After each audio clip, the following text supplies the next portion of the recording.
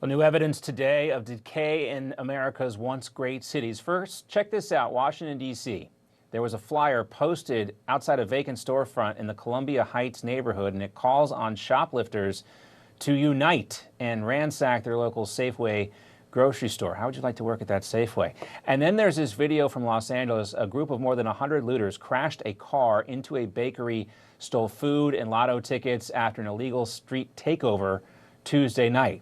One resident told the local NBC station, "When I walked in there and saw you had taken a car and pushed the door in, that was very disheartening to me. People are coming in, vandalizing. It's just scary." The street takeover began around 3 a.m. and the group ended up at a place called Ruben's Bakery and Mexican Food, which is near Compton. Compton Democratic Mayor Emma Sharif says ensuring the safety of businesses and residents in our city is our top priority.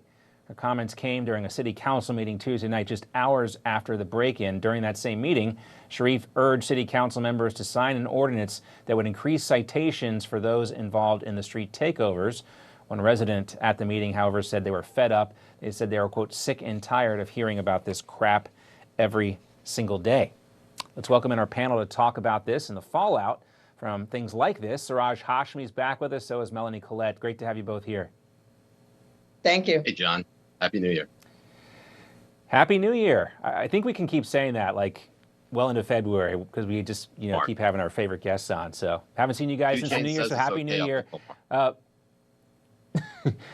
Not so happy, though, for the bakery there in Compton. And, Melanie, places like Compton, California are considered these food deserts, which is an area that has limited access to affordable and nutritious food. And I found this on the Compton Chamber of Commerce website, quote, healthy food in the region is hard to find, quality substandard, and the price of good food is high. So why would any business want to open in Compton, California, when you seemingly have the officials there dragging their heels and cracking down on this type of behavior?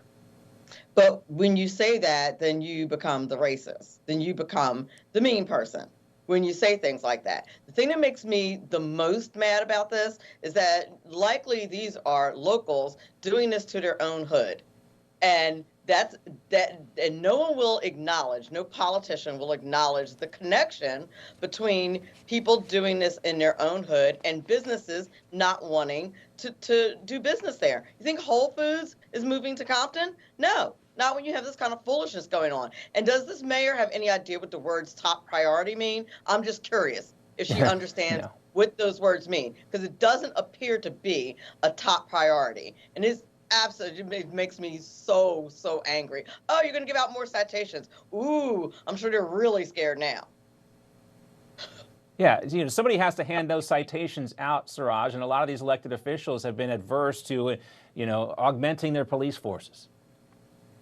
I have to say one thing real quick. Look at that's one endorsement for Kia right there. That car backing up into that storefront and not even leaving a scratch. I mean, that is 5-star safety rating right there.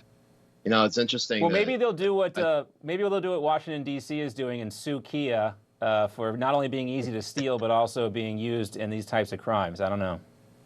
I just gotta say, at this point, everyone is doing this because they know they can get away with it, and they don't even care about what they're actually stealing. They're just, again, mob mentality kind of is really infectious, and when you get that many people who make, a few nefarious people who are leading the charge, they basically steal as much from these businesses as they can, leaving these businesses depleted and without any money.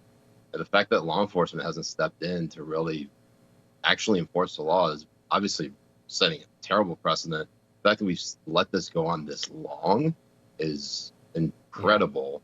And it sounds like there's no sort of end or resolution in sight, not unless voters get sick enough to actually change the leadership or the politicians in charge. Yeah, that's why I think that flyer is noteworthy from Washington, D.C. It seems to me like these looters and shoplifters are already united, and everyone, including the communities where these stores are located, are the ones paying for it. If you go to a Target, I think in San Francisco now, everything is locked up. It's not sustainable. Now, we've also been talking about this decision in California to offer health insurance to illegal migrants, and it's caught the attention of none other than rapper 50 Cent. He is criticizing the new law. Curtis Jackson is his official name. He says, "I don't understand this. It's going to cost $2.6 billion for taxpayers. They don't even give veterans health insurance." He called on Ari Melber over at MSNBC. "Call my phone now. Help me understand this bleep." I don't know if Ari Melber called him, but if I had 50 Cent's phone number, Melanie, I would call him and talk to him about it. I certainly would too. Like, I need another reason to love 50. I do. But he can call me and I will explain the whole thing to him. He needs to talk to somebody to bring him some facts and figures. And, just saying. All right. But well, 50, if you're listening to us out there, call Melanie. Call me. I don't think the liberal media is going to give him the answers that he's looking for. I'm just saying. No, I think you're right. I think you're right on that front. But, I mean, Suraj, and I'm not trying to diminish 50 Cent's intelligence at all, but I think this does, and his tweet does speak to the common sense aspect of this in California, how, we just did a segment on how difficult it is for veterans to get health care everywhere, and let alone in California. Over and over again, it seems like illegal immigrants in states like California get to go to the front of the line. And I think also we're actually in many. The best way of putting it is that this particular action by Governor Newsom is very short-sighted, because healthcare insurance or health insurance does not equal healthcare access.